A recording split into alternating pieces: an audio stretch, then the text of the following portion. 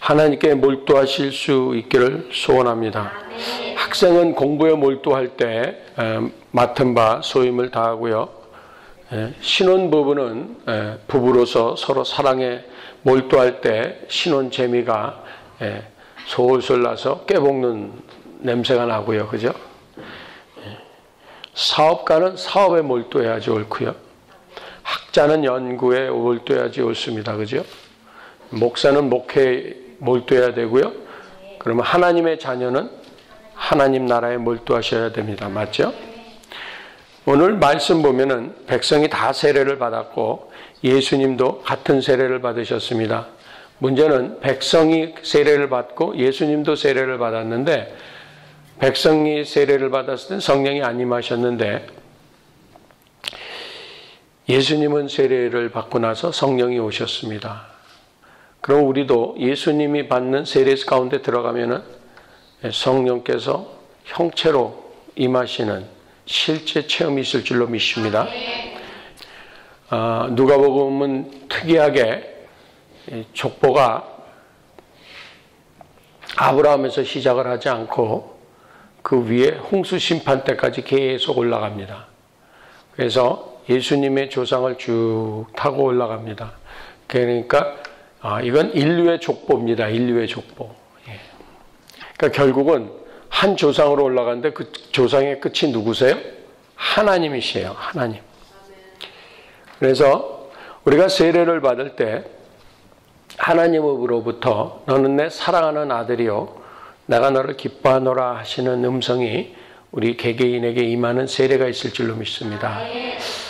우선 예수님의 행적을 살펴보고 그 다음에 나는 예수를 믿었으면은 나를 믿는 자는 내가 한 일을 한다 그러셨거든요. 그보다 더 큰 일도 더 큰 몰두를 할 수 있다라고 표현하신 건데 예수님의 행적은 시작이 뭔가 했더니 하늘이 열렸습니다. 열린 하늘. 그러면 열린 하늘이 열리기 위해서 예수님이 하신 게 있는데 죄 없으신 그분이요. 죄 사함의 세례를 받기 위해서 그분은 새 일을 행하시는데 먼저 마음을 여시고 들어갔어요. 나는 죄인입니다. 그러니까 죄인입니다 하는 마음을 연다라는 것은 뭐냐면 오늘 내 손을 주께 높이 듭니다. 그리고 내 마음을 주께 활짝 엽니다. 이렇게 우리가 오래된 찬양을 드렸는데 우리가 예수님처럼 성령이 임하시는 방법은 틀을 깨야 됩니다. 우리의 마음의 틀이 깨져야 돼요. 두 번째는 그 다음에 새 것을 수용하는 거예요. 그렇죠? 그래서 우리도 모르게 신앙생활 하기 전이나 신앙생활을 시작하고 나서도 틀에 잡힐 수가 있습니다. 베드로 사도에게 예수님이 고넬료라는 백부장에게 이방인의 구원을 선포하시고 가르쳐 주시려고 베드로에게 환상을 열어주셨어요. 베드로가 그 피곤한데 전도를 하고 와서 저녁 식사를 부탁을 하고 나서 지붕에 올라가서 기도하다가 잠이 들 정도로 피곤했었어요. 그런데 환상 중에 하늘이 열리면서 보자기가 내려오는데 그 보자기 속에는 징그러운 것들이 유대인들이 말하는 정결하지 않은 부정한 모든 것들이 내려왔어요. 근데 그걸 먹으라 그러시는 거예요. 그래서 베드로가 나는 부정한 걸 안 먹는다고 했더니 하늘에서 하시는 말씀은 뭡니까? 하나님께서 깨끗하다 그러신 것을 네가 부정하다고 불결하다고 말하지 말아라. 네가 뭘 알아? 그러시는 거예요. 하나님은. 우리는 신앙생활하면서 우리도 모르게 우리가 정해놓은 틀이 있고요. 우리도 모르게 신앙생활을 하면서 해놓은 게 있어요. 모든 것을 내가 내 상식으로 잡아놓은 게 있어요. 그러면 보세요. 성경 말씀은 너는 부르짖으라 그러셨는데 나는 원래 부르짖지 않나이다. 나는 부정한 것을 먹지 않나이다 하는 베드로의 음성이나 나는 부르짖지 않나이다 하는 음성이나 뭐가 달라요? 그리고 나는 전도를 안 해봤습니다 하는 불순종이나 나는 불결한 것을 먹지 않습니다 하는 것과 뭐가 달라요? 나는 성경을 읽어도 잘 모르겠습니다 하는 것이나 베드로가 지금 나는 불결한 것은 부정한 것은 먹지 손도 안 됩니다 하는 것이나 뭐가 달라요? 하나님은 지금 내가 깨끗하다고 한 것을 네가 부정하다고 말하지 말라. 내가 부르짖으라 한 일에 대해서 너는 부르짖을 수 없다 말하지 말라. 너가 너를 구원한 목적이 내가 너를 창조한 목적이 나를 찬송하게 하는 것과 찬송이라는 예배는 곧 나의 증인된 삶을 통하는 건데, 그래서 내가 너에게 성령을 준 목적은 딱 하나인데 증인이거든요. 예수님이 이 땅에 오신 목적이 딱 하나인데, 내가 다른 동네에 가서도 전도하여야 하리니 내가 이 일을 위하여 왔노라 그랬거든요. 그리고 예수님이 사마리아 우물가에 고난에서 지쳐서 앉아 계시다가 사마리아 우물가에 나타난 사마리아 여인을 전도하셨잖아요. 그죠? 그러고 나서 힘이 나셨어요. 그때 음식을 구하러 간 제자들이 음식을 가져왔어요. 그랬더니 주님이 이상하게 야한 여자랑 얘기하고 있거든요. 전도하신 거란 말이죠. 그 여자는 난리를 치면서 뛰어들어갔잖아요. 전도하려고. 그 여자는 뭐 언제 전도해 봤나요? 그런데 누가 먹을 것을 갖다 드렸나 한데, 나는 나를 보내신 일을 하는 것이 나의 양식이다. 예수님의 양식이, 예수님의 오신 목적이 전도를 위하여 왔다 그러셨고요. 예수님의 양식이, 예수님을 힘나게 하는 자양분이 뭔가 그랬더니 영혼 구원이었다라는 거예요. 그럼 보세요. 예수님이 지금 열린 하늘을 통해서 성령이 임하신 다음에 예수님의 행적은 세 가지를 볼 수가 있어요. 첫째, 예수님은 하나님이 시키신 일, 오신 목적에 몰두했는데, 그 몰두하는데 세 가지 행적 중에 첫 번째는 그분은 타이틀에 상관하지 않았다. 이순신 장군이 백의종군을 한 유명한 이야기를 우리는 알고 있습니다. 왜냐하면 이순신 장군은 민족을 위해서, 내 나라를 위해서 외적을 물리쳐야 되겠다라는 분명한 목적이 있었기 때문에 백의종군 해도 상관이 없었어요. 그런데 여러분, 우리가 이것을 알아야 됩니다. 우리가 아무 실력도 없이 백의종군하면 괜히 화살 맞아 죽습니다. 이순신 장군은 백의종군을 해도 리더십이 있으니까 병졸의 모습으로 갔어도 지휘가 됐던 분이고요. 예수님은요, 하나님이신데 타이틀을 내려놓으시고 이 땅에 오셔서 육신을 입으셨지만 그분은 일을 행하셨습니다. 그런데 그분은 하나님 본체이신데도요, 그분이 행하신 일은요, 그분의 능력으로 하시질 않고 성령님의 온전하신 도우심으로 100% 일을 하셨어요.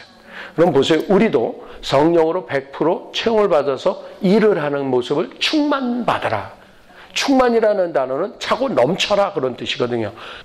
예수님의 행적의 첫 번째는 타이틀을 내려놓고도, 타이틀이 없어도 왕노릇 하셨다는 거예요. 그리고 사망 권세를 깨뜨리셨어요. 내가 세상을 이겼노라 하신 것이에요. 두 번째, 예수님의 행적은 아까 말씀드린 건데 전도에 미치셨대요. 몰두하신 게 뭐예요? 전도에 몰두하셔. 영혼을 구원하시기 위해서 타이틀도 내려놨고 이 나라를 지키기 위해서 백의종군도 했단 말이에요. 이순신 장군이. 그런 것처럼 예수님이 전도에 미치셨어요. 영혼을 구원하시는데 몰두하시기 위해서 내가 이 일을 위하여 왔노라. 나의 양식은 나를 보내신 이의 일을 행하는 것이니라. 여러분, 우리의 일의 목적이 내가 이 일을 위하여 출장 왔노라잖아요. 내가 이 일을 위하여 출장 왔노라. 그 일만 하고 돌아가면 되는 거거든요. 또 그 일이 이루어졌을 때 영혼 구원을 봄으로 배부른 사람. 그게 뭘까요? 만족이거든요. 그 고대 2000년 전에 고대 시절에 먹는 게 다였던 시절이거든요. 그 당시에 나라라는 개념이 그게 나라는, 고대 시절에 공자가 자공이라는 제자하고 하는 대화에서 나라의 조건이 무엇입니까? 제일 중요한 게 뭡니까? 그러니까 먹는 거다. 그 다음에 뭡니까? 군대다. 자위력이다. 세 번째 뭡니까? 국민의 신뢰다. 그거거든요. 그랬더니 그러면 그 중에서 하나 빼도 된다라면 뭘 먼저 제일 빼야 됩니까? 권세가 없어도 된다. 군대는 치워도 된다. 그럼 두 번째는요. 사람은 어차피 죽을 거니까 먹을 건 없어도 된다. 그러면 신뢰가 제일 중요합니까? 국민의 신뢰가 없이는 나라가 서지 않는다. 이 뜻이거든요. 그럼 보세요. 하나님의 나라를 이 땅에 전파하러 오셨는데 맨 처음에는 기진할까 하여 내가 저들을 궁교 돌려보내지 못하겠다라고 오병과 이어를 가지고 먹이신 예수님이요. 본인이 기진하여 지치셔서 먹을 것을 보내신 예수님이요. 먹지 않아도 힘을 얻으신 만족함이 있었다라는 거예요. 지금 고대 시절에 먹는다라는 것은 곧 생명이에요. 먹는다라는 것은 곧 부를 상징하는 거예요. 그만큼 가난하던 시절에 먹는다라는 것은 한 가지 표현이에요. 잘 먹고 잘 산다라는 표현을 한국 사람들 하잖아요. 인생의 존립의 문제는 먹는 것으로 다 해결이 됐단 말이에요. 쌀이 돈이었거든요, 그 당시에. 그죠? 예. 쌀을 가져가면 돈을 만들어 올 수 있고, 쌀을 가지고 나가면 비단도 바꿔올 수 있고, 쌀을 가지고 나오면 소도 바꿔올 수가 있단 말이에요. 그만큼 먹는다라는 것이 다였던 시절에 예수님이 나의 양식이라고 표현하신 것은 영혼 구원은 나의 전부다. 그러니까 예수님이 몰두하신 것은 타이틀이 없어도 가야만 하는 그 길. 그게 뭔가 했더니 전도라는 거예요. 전도에 미치셨어요. 그래서 그 일을 위해서 예수님은 전도만을 위해서 행하신 게 있는데 균형 잡힌 일상의 삶을 살아내셨다라는 거예요. 예수님은 이 일을 위해서 행하신 일이 있는데 전도하기 위해서 행하신 모든 일이 균형이 잡혀 있었어요. 구제하셨고요. 병을 고치셨고요. 귀신을 내쫓으셨고요. 또 핍박하면은 죽이려고 가서 밀치려고까지 했었어요. 그 사람들이. 그죠? 낭떠러지에서 밀어버리려고 그럴 때 그냥 피해서 가셨고요. 또 성전에서 잡으려고 했을 때 숨어서 나가셨다 그랬고요. 예수님의 모든 행정은요, 구원하시기 위해서 하신 모든 일은 균형 잡혀 있었어요. 이 일 저 일 다 하셨어요. 한 가지 일에만 뽀빠이처럼 팔뚝이 굵어 있지 않으셨다. 그분은 기도해야 되는 시간에 기도하셨고요. 성경 공부를 미리 하셔야 되는 시간에는 어려서부터 어디에 계셨어요? 내가 내 아버지 집에 거해야 할 줄을 알지 못하시나이까? 그분은 뭐 했어요? 미리 성경 공부를 연구를 마치셨어요. 해야 할 시간에 다 하셨다라는 얘기예요. 기도할 시간에 습관을 쫓아 기도하셨어요. 전도할 시간에 전도를 쫓아 하셨어요.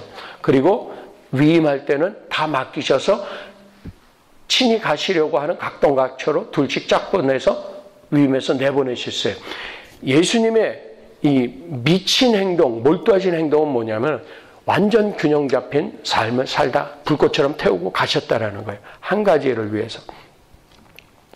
그래서 지금 열린 하늘을 위해서 예수님은 세례를 받는데 먼저 하나님 앞에 항복한 거죠. 나는 죄인입니다. 그죠? 두 손 들었죠? 마음의 문을 열었죠? 육신을 입고 이 땅에 죄인의 모습으로 오시는데 조금 되게 잊지 아니하시고 새 일을 행하셨다는 거예요.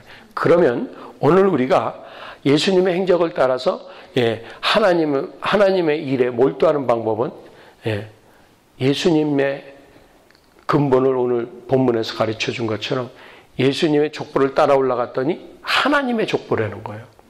그러면 우리의 족보는 뭐냐는 거예요. 우리는 예수의 피로 구원을 받아서 하나님의 양자의 영을 받았다 그랬잖아요. 그러면 하나님이 누구세요? 아버지시잖아요. 그럼 내 조상이 누구예요? 하나님이세요.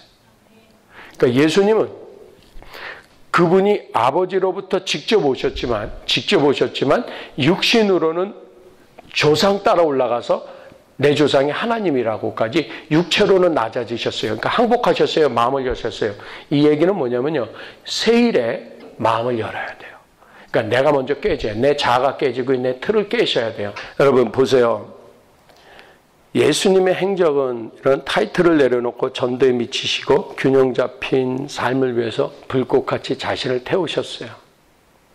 육신으로만 치우치는 균형을 깨시기 위해서 피곤하기까지 기도하셨고요. 그 다음에 육신으로 살다가 죽을까 봐 그 인생들을 위해서 피곤하신데도 불구하고 기진하여 길에서 지치셨는데도 불구하고 사마리아 우물가의 여인을 위해서 구원하시면서 힘을 얻으신 분이세요. 그분은 우리가 말하는 균형하고 주님이 말씀하신 불꽃처럼 태우신 균형은 다르지만 같아요. 여러분들이요, 어느 공부나 무엇에 미쳐서 이루어내기 위해서 몰두하셨을 때 생긴 균형을 보세요. 발레리나가 그 균형을 잡기 위해서 망가진 발. 그런데 그 균형을 위해서 육신의 한계를 깨뜨리기 위해서 몰두한 다음에 그는 균형이 잡히는 거잖아요. 실력을 말하는 거예요. 백의종군해도 장군 노릇할 수 있는 실력을 쌓기 위해서는 이 균형 잡힌 삶을 위해서 몰두하시는 일이 있어야 돼요. 그래서 기도의 역군이 돼야 돼요. 기도의 프로가 돼야 돼요. 말씀의 프로가 돼야 돼요. 성경을 읽으면서 해석이 되는 정도의 프로가 될 때까지 우리는 준비하셔야 돼요. 그게 예수님 따라가는 거예요. 그 근본을 위해서 하나님은 오늘 예수님의 시작을 말씀하신 거예요. 죄인으로 시작을 했다 너희 앞에서. 그런데 그의 참된 시작은 나부터다. 그래서 요셉이 이상이잖아요.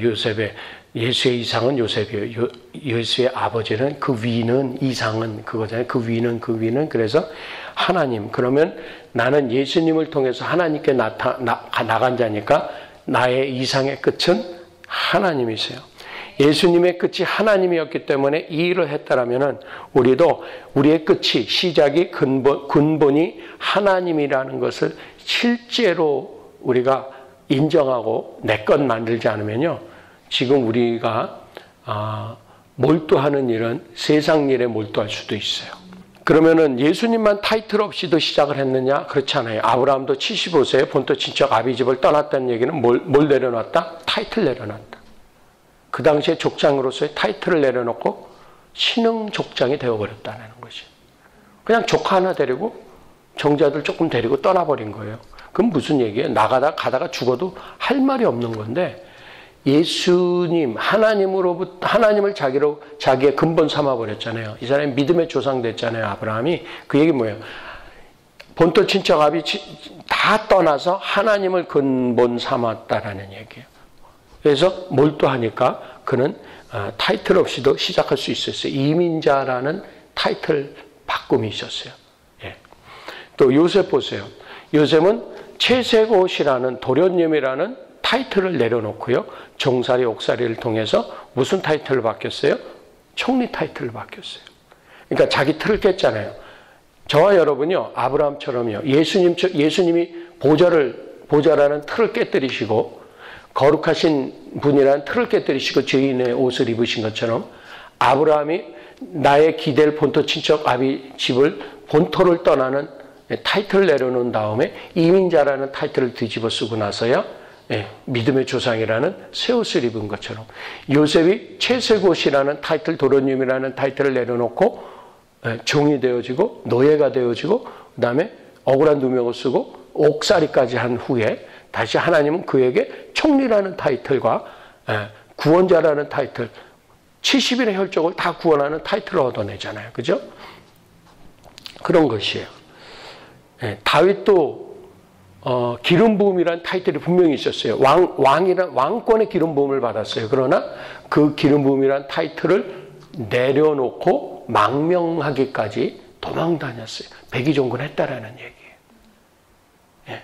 누굴 위해서요?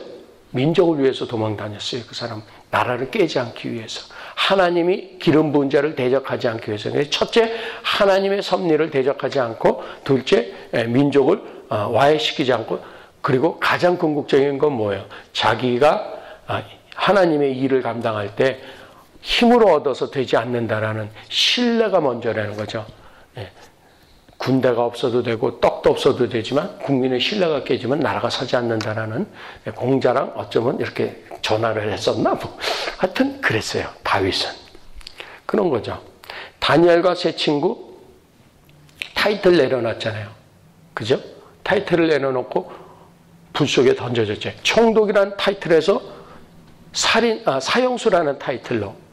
그러면 총리 중에 총리, 세 총리가 다스린 128도, 128개국이나 다스렸던 거대한 나라 바벨론의 최고 총리가 세 총리 중에 우두머리가 돼 있었어요. 그런데 그는 사자굴로 들어갔잖아요. 그러니까 그 타이틀을 버리고 사형수로 떨어졌는데 하나님 그걸 또 올려내시잖아요. 그런 거예요. 타이틀 없이도 그랬어요. 제자들이 디아스포라라 그래서 오늘날에 다 흩어진 사람들은 뭐예요? 자기 타이틀 다 포기했어요. 왜요? 천국의 타이틀 때문에요. 오늘 우리는요, 천국의 타이틀을 위해서요, 한번 몰두해 보세요. 근본을 알기 때문에, 내가 하나님의 자녀라는 걸 알기 때문에 이들은 그렇게 이겨낼 수 있었어요. 예수님이 뭐에 미치셨다 그랬어요? 전도에 미쳤다 그랬어요. 그러면 우리도 전도에 미치기 위해서는 미쳐야 돼요. 불광불급이라 그랬어요. 미쳐야 돼요. 보세요. 베스도라는 총독이요, 사도 바울이 하도 그냥 사람이 죽었다 살아나는 부활을 자꾸 얘기하고 이상한 예수, 먼저 오래전에 죽은 예수라는 사람 얘기를 자꾸 하니까 야, 네 많은 학문이 너를 미치게 하는도다. 그랬더니 사도 바울이 뭐라 그래요? 내가 미친 것이 아니라 내가 묶인 것 외에는 여기 계신 여러분, 왕도 있었거든요. 거기는 왕비도 왔고 모든 사람들이 다 나같이 되기를 원한다 그랬어요. 사도 바울이 뭐에 미쳤어요? 예수께 미쳤어요. 복음에 미쳤어요. 그래서 만일 우리가 미쳤어도 하나님을 위한 것이요 만일 우리가 온전하여도 너희를 위한 것이니. 이게 사도 바울의 고백이에요. 그럼 우리는 보세요. 하나님께 미치면 균형 잡혀서 세상에 구원해야 될 제자들을 향하여 온전해질 줄로 믿습니다. 그러니까 우리는 하나님께 미치면 불광불급, 미치지 않으면 미칠 수 없다 그랬거든요. 그러니까 우리는 정말은요 먼저 복음에 미쳐 보셔야 돼요. 여러분 한번 미친 척 해보셔야 돼요. 지금 여러분들 지금 이거 비즈니스 하는 거 그 비즈니스 올리려면 그 비즈니스에 몰두해야 돼요. 미쳐야 돼요. 그죠? 모든 것은 미치면 되는 거예요. 미치면 뭔가 이루어내요. 그러면 이왕에 미칠 거면은요, 하나님은 이렇게 말씀하실 거예요. 나한테 먼저 미치면 먹을 거, 입을 거, 마실 거는 내가 정상적으로 운영해 준다. 그럼 무엇을 먹든지 마시든지 다 그의 나라를, 그를 위하여, 그의 영광을 위하여 하라 그러셨잖아요. 이게 무슨 얘기예요? 너는 나한테 먼저 미쳐라. 그래서 사도 바울의 고백이 뭐냐면요, 죄의 법이 내 안에서 나를 사로잡아 오는 것을 보는도다. 보세요. 사도 바울은 균형 잡힌 신앙을 가지고 하나님을 향하여 예수와 복음을 위해서 미쳤는데도 불구하고 자기 안에 죄의 법이 나를 사로잡아 오는 것을 보면서 괴로워했어요. 그런데 아하, 내가 하나를 깨달았으니 성령의 생명의 새로운 법이 이 죄의 법에서부터 나를 자유케 하시는구나. 이게 무슨 얘기예요? 나를 죄의 법이 사로잡는 데는 건 미치게 한쪽에 사로잡히게 만드는 죄의 법이 분명히 있었는데 그것을 그 사슬을 끊고 예수님께 미치게 하는 능력이 있는데 성령 예수님이시는 거예요. 예수님이 왜 복음에 미치실 수 있느냐 했더니 성령을 충만히 받으셨다 그랬어요. 그 사도행전에는요, 예수께서 착한 일을 행하실 때 성령을 기름 붓듯 하셨음에 그가 착한 일을 행하셨다 그랬어요.